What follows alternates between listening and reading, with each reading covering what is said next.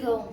So good day, I'm going to perform or demonstrate the basic mouth care, the practice of keeping one's mouth clean and free of disease and other problem through brushing. Objectives to keep mucosa clean, moist, and intact, to prevent infections, to alleviate pain, discomfort, and enhance oral intake with appetite. In safety and security measure, use only clean toothbrush, use non-harmful toothpaste, use clean and uncontaminated water. Then procedure preparation, wash hands, introduce yourself to the client, then identify client's identity, explain what you are going to do, why it's necessary, and how can the patient cooperate.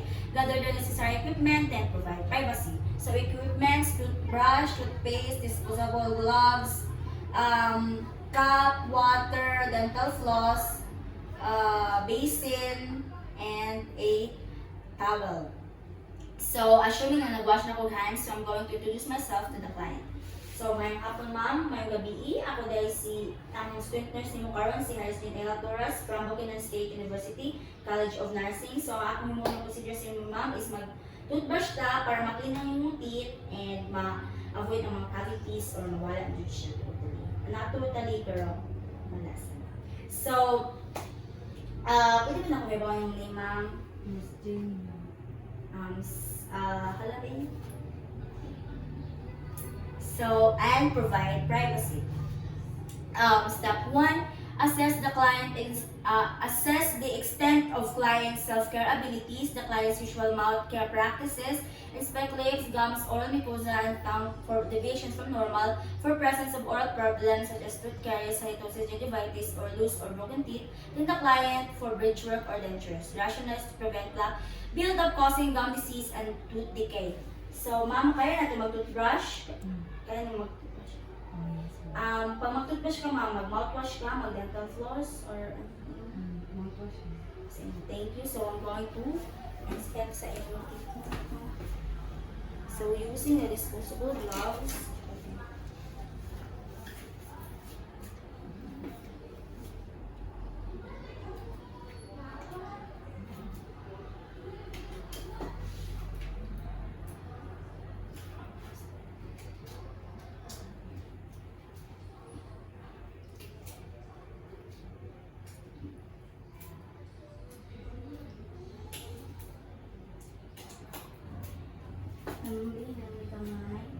lips, tongue, gums, mouth. Okay, then step 2. Prepare the client. Assess the client to a sitting position in bed if health permits. If not, assess the client to a sideline position with the head turned. Rationalize this position prevents liquid from draining the client's throat. Kaya na yung mag-liquid, ma'am. Kalikod na para mag-toothbrush. Okay.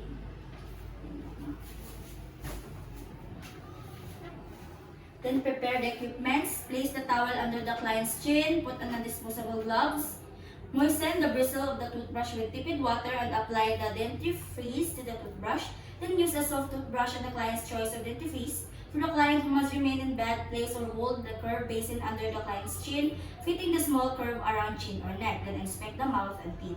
The rationale is to promote proper brushing of teeth to remove dirt and bacteria and to ensure safety of the client.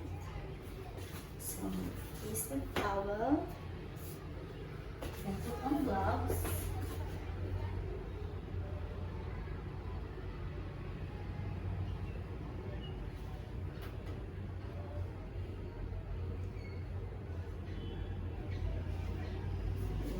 Gloves na makita natin the basin. Kasi sandali lang ha. Then, toothbrush ato sang basag gamay. Then, one toothpaste.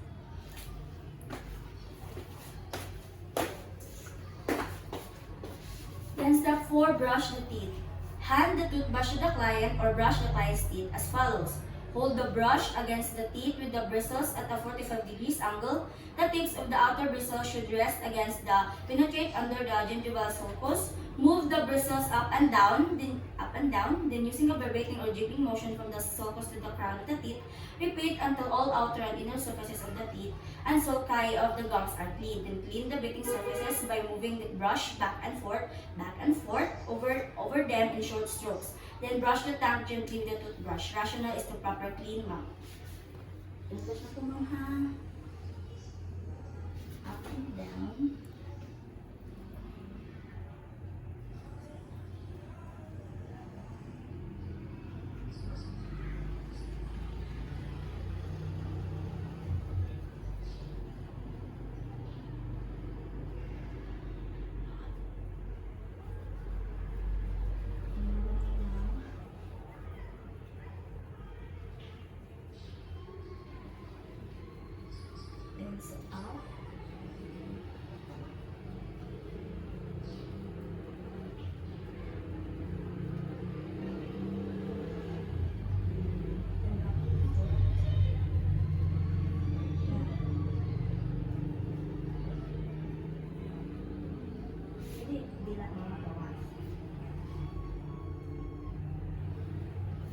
Then hand the client the water cup or mouthwash to rinse mouth vigorously. Then ask the client to spit the water and excess dentifrice in the basin. Rationalize to wash away the concentrated fluoride in the remaining toothpaste.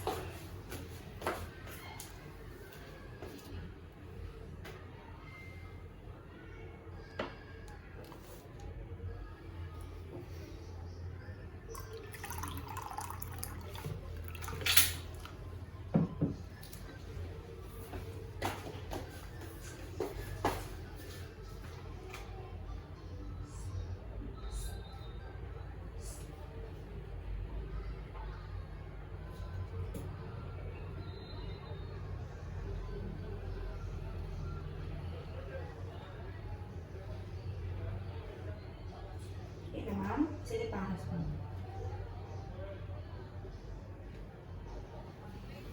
Then repeat the preceding steps until the mouth is free from dentifrice and food particles to wash away the concentrated fluoride in the remaining toothpaste. The next step is to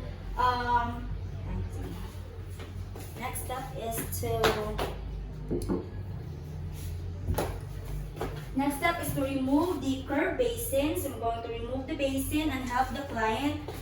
Later, I'm going to help the client to wipe his or her mouth. I'm going to wipe the mouth of the patient. Okay lang muna. To provide care and comfort to the patient. So, next step is to floss the teeth. Assess the client to floss independently or floss the teeth as follows. Wrap one end of the floss around the third finger of each end. Then to floss the upper teeth, use your thumb and index finger to stretch the floss. Then move the floss up and down between the teeth when the floss reaches the gum line. Gently slide the floss into the space between the gum and the tooth. Gently move the floss away from the gum with up and down motion, according to American Dental Association. So start at the back and the right side and work around to the back to the left side, then or work from the center teeth to the back of the jaw on the other side. To floss the lower teeth, use your index finger to stretch the floss and follow instructions as above to reduce the risk of cavities.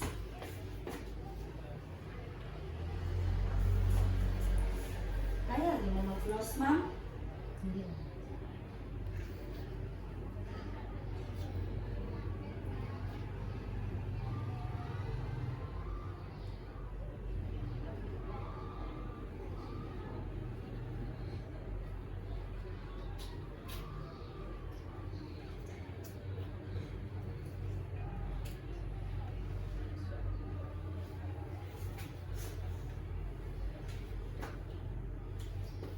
Alam mo ka na.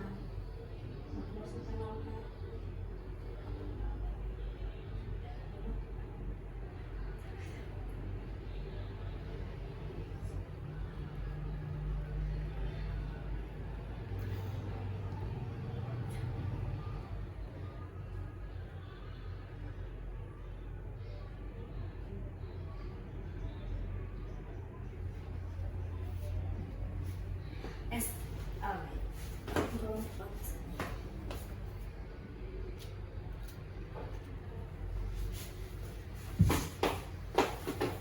So, the dental floss is ako na siyang ikon sa isa sa tapos-washing niya, magilabay na ko siya. And step 9, give the client liquid water or mouthwash to rinse the mouth and the curved basin in which to spit the water. To reduce the plaque growth in your mouth, decrease your chances to developing gum disease, and prevent tooth decay. So, atong liquid water sa atong pasyente.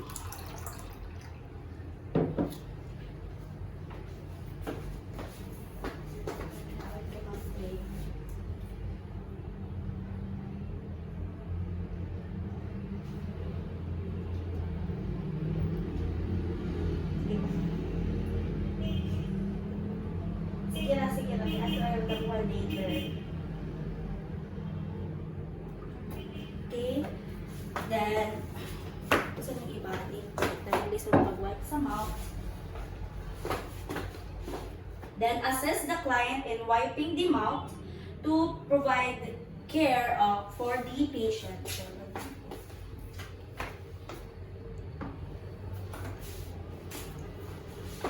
Step 11, remove and dispose of equipment appropriately. Remove and clean the curb basin, remove and discard the gloves, and to avoid spread of microorganisms, and to prepare equipment for next use. So we're going to remove these gloves and place it with its waste receptacle. Assuming na lang na So, remove the towel. Clean the basin. So, assume na lang tanan na clean na lang ang basin. Then, lastly is to document and assessment of the teeth, tongue, gums, and oral mucosa. Rationale is to provide an ongoing data and to know the present condition. So, pag after na, i-assess na lang. Then, ang assessment or the documentation is both all normal. So, that's all. Thank you.